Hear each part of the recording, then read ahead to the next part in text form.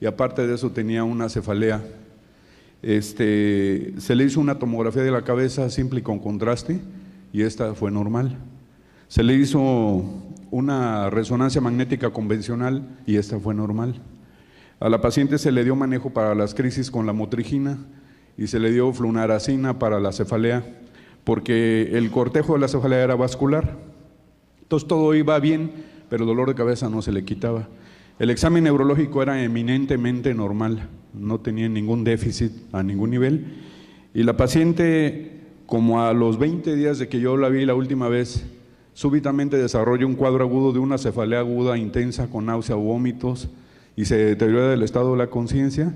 Se la llevan a un hospital de urgencias, le hacen una angiografía, le detectan un aneurisma que sangró, por supuesto, y la paciente se murió.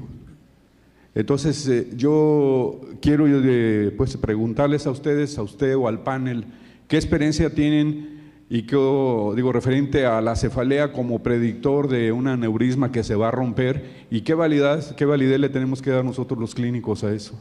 Okay. Sí, en el contexto de la cefalea centinela, pues siempre se ha manejado que es una cefalea que no vamos a diagnosticar precedente, sino se va a diagnosticar en el contexto del interrogatorio del enfermo ya una vez que tuvo la hemorragia subaracnoidea. Porque en este caso, algunas de las características clínicas clásicas asociadas, por ejemplo, a la hemorragia subaracnoidea es más que o sea, el término centinela no es de la clasificación, sino por el término precedente. Y la manifestación clínica es la que llaman los gringos como thunderclap, ¿no? O sea, en el aspecto de esa cefalea como trueno que tiene el enfermo y que obliga a descartar la posibilidad de una hemorragia subaracnoidea. Aquí el interrogarlo pues nos puede dar una pauta.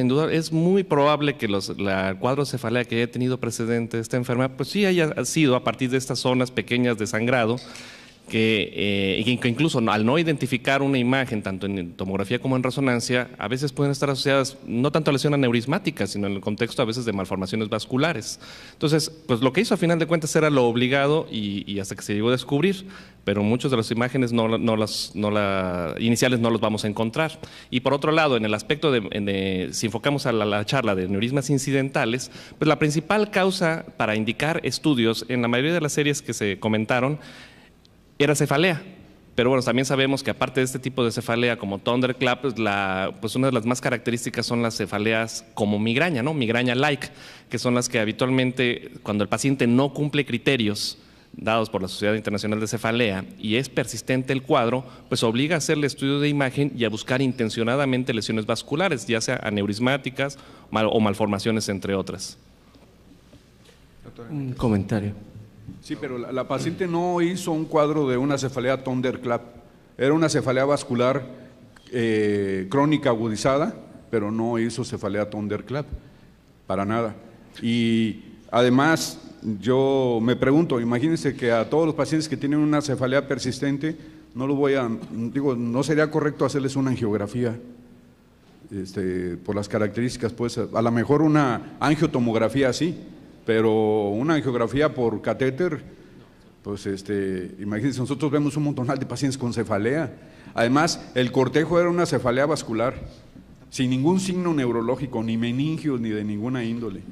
Entonces es ahí donde cuando no tiene uno imagen, uno dice, bueno, ¿le hago angiografía? ¿No le hago? La paciente, por ejemplo, yo no le hice angiografía, y la paciente de 20 días se deteriora y se muere.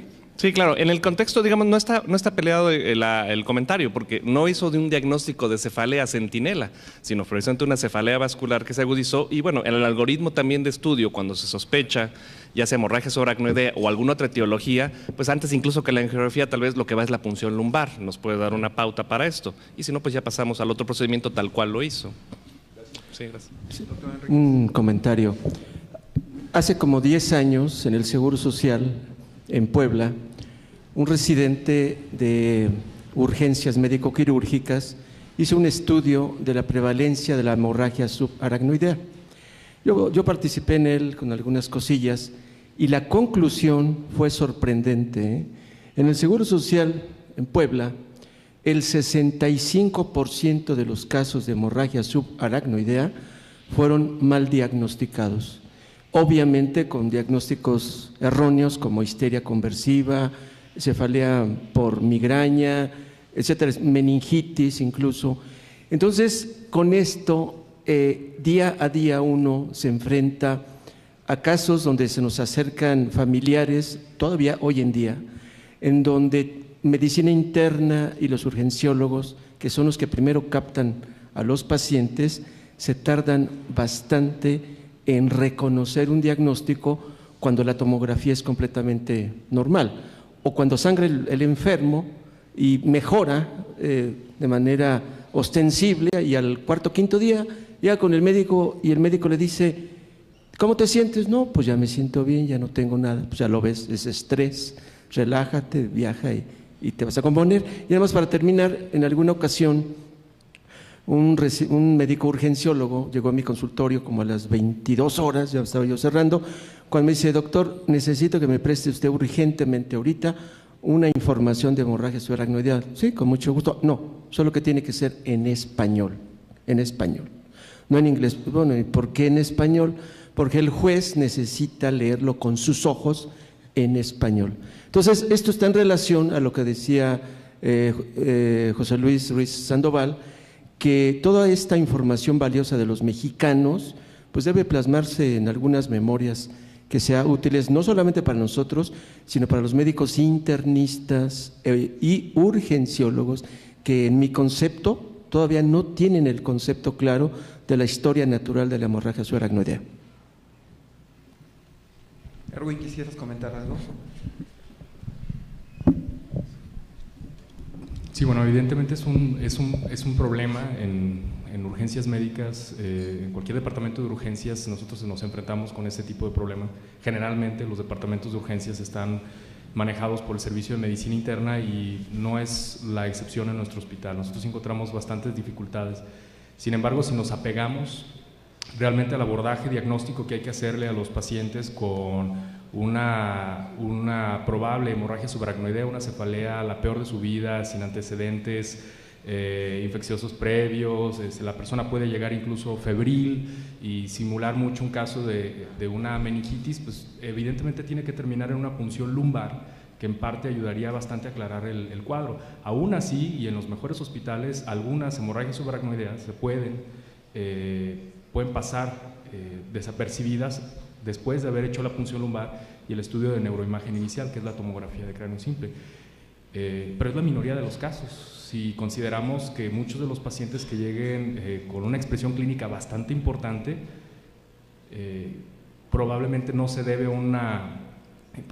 se debe más a una hemorragia subaracnoidea importante también. O sea, la correlación clínica e imagenológica es muy estrecha. Entonces, si nosotros nos apegamos a lo que se debe hacer, no vamos a tener problemas. Respecto a que debe de haber información en español, por supuesto. O sea, aún cuando ya existen guías escritas en el idioma inglés, yo creo que evidentemente debe ser una motivación de este grupo, de la Asociación Mexicana para el Estudio de la Enfermedad Cerebrovascular, el generar guías en nuestro idioma aplicables a nuestra población y que ya incluyan estos datos de estas bases de datos que estamos analizando de la población mexicana, que aunque tiene sus defectos metodológicos, evidentemente da información útil respecto a cuál es la problemática en nuestro país. Debe de haber guías porque no todas las personas, sobre todo en zonas, digamos, apartadas de nuestro país, van a tener la posibilidad de interpretar adecuadamente esa información desde el idioma inglés.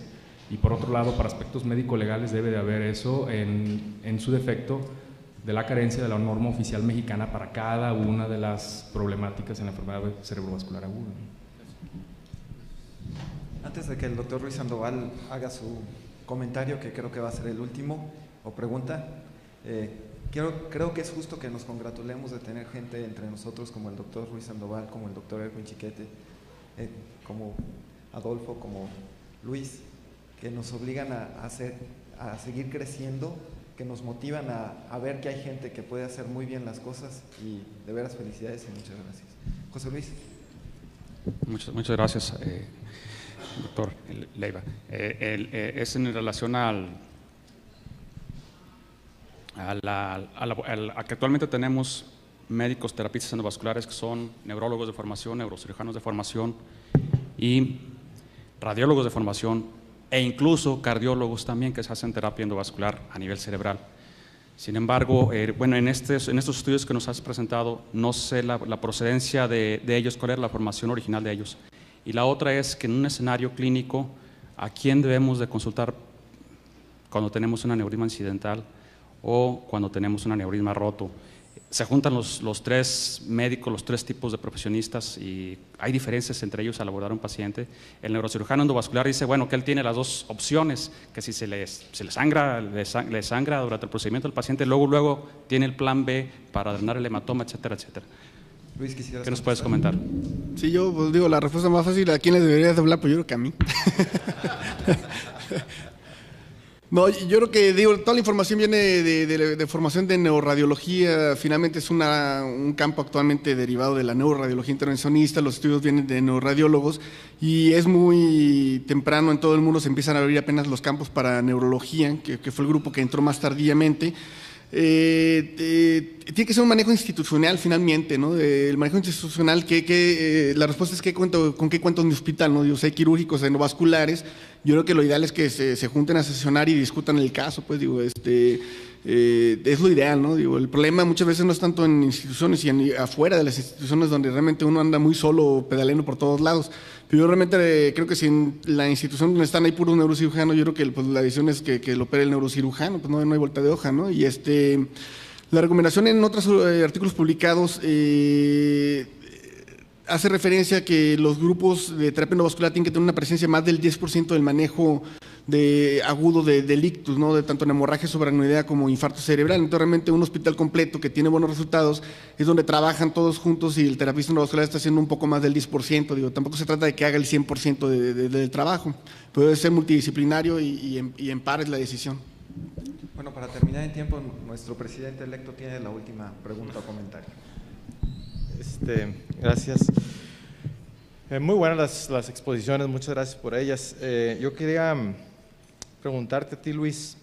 Evidentemente decimos, pues tiene que pasar con el neurocirujano y sin embargo todos sabemos que no con cualquier neurocirujano, ¿verdad? Es decir, no todos los neurocirujanos están realmente capacitados para operar aneurismas. Evidentemente la neurocirugía vascular es particularmente difícil y tiene una mortalidad muy diferente de la neurocirugía en otros campos. Y yo imagino que tampoco el tener un título de neurointervencionista endovascular garantiza que vas a tener los resultados que estamos viendo en los ensayos clínicos, en donde se seleccionan los centros. Generalmente pues, se les pide una casuística mínima y unos resultados auditables. Y la pregunta, ese es el contexto en el que viene la pregunta. ¿Realmente cuál es, en tu estimación, el tiempo promedio de la curva de aprendizaje para que alguien que realmente está en el día a día atendiendo esto desde la terapia endovascular se sienta realmente capacitado para hacerlo? Hijo, la respuesta es difícil, no tengo la respuesta realmente. Yo estimo que en mi opinión personal yo creo que tiene que ser arriba de 30 casos. Agarrar la experiencia manual para tratar un aneurisma bien debe ser yo creo que arriba de 30 casos. En el Instituto de Neuro, que es donde se tiene más experiencia, los años buenos, en el instituto que es el centro de concentración, los años buenos son de 40 a 50 aneurismas por año, ¿no? Y con esos 50 pacientes se da tratamiento y los residentes entran a los casos clínicos. Pero yo creo que debe ser al menos 30 casos y ya posteriormente pudiera bajar, pero los primeros 30 casos deben ser de curva de aprendizaje. Y el otro comentario que así es, yo creo que finalmente es responsabilidad de los tratantes, de los que tenemos los títulos colgados y de los grupos médicos hospitalarios, se requieren sistemas de auditoría, sin duda alguna en los hospitales que estén monitoreando cuál es el resultado de todos los médicos, ¿no? Digo, simplemente del que mete un coil, como el que pone un clip, como el que da aspirina, ¿no? Se tiene que auditar y decir a un año, tú ya estás dando aspirina, tu sangrado es tanto, puedes seguir dando aspirina o no puedes, como el que le mete el coil y dice tu complicación terapéutica está arriba de tanto, no puedes seguir, pero eso es una responsabilidad de todos, ¿no? Donde el órgano directivo del hospital debe estar auditando a los médicos, sin duda alguna, porque debe ser así, yo creo, ¿no? Solo abundando un poco y perfectamente de acuerdo en lo que se ha discutido,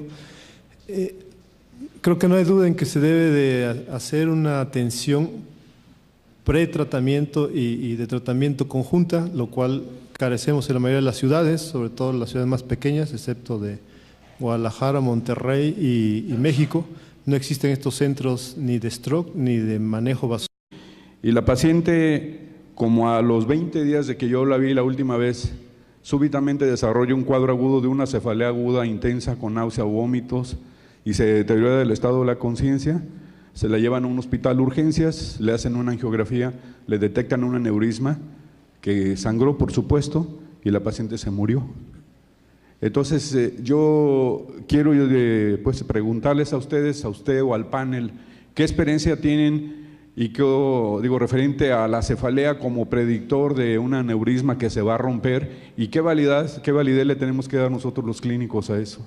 Okay. Sí, en el contexto de la cefalea centinela, pues siempre se ha manejado que es una cefalea que no vamos a diagnosticar precedente, sino se va a diagnosticar en el contexto del interrogatorio del enfermo ya una vez que tuvo la hemorragia subaracnoidea. Porque en este caso, algunas de las características clínicas clásicas asociadas, por ejemplo, a la hemorragia subaracnoidea es más que o sea, el término centinela no es de la clasificación, sino por el término precedente.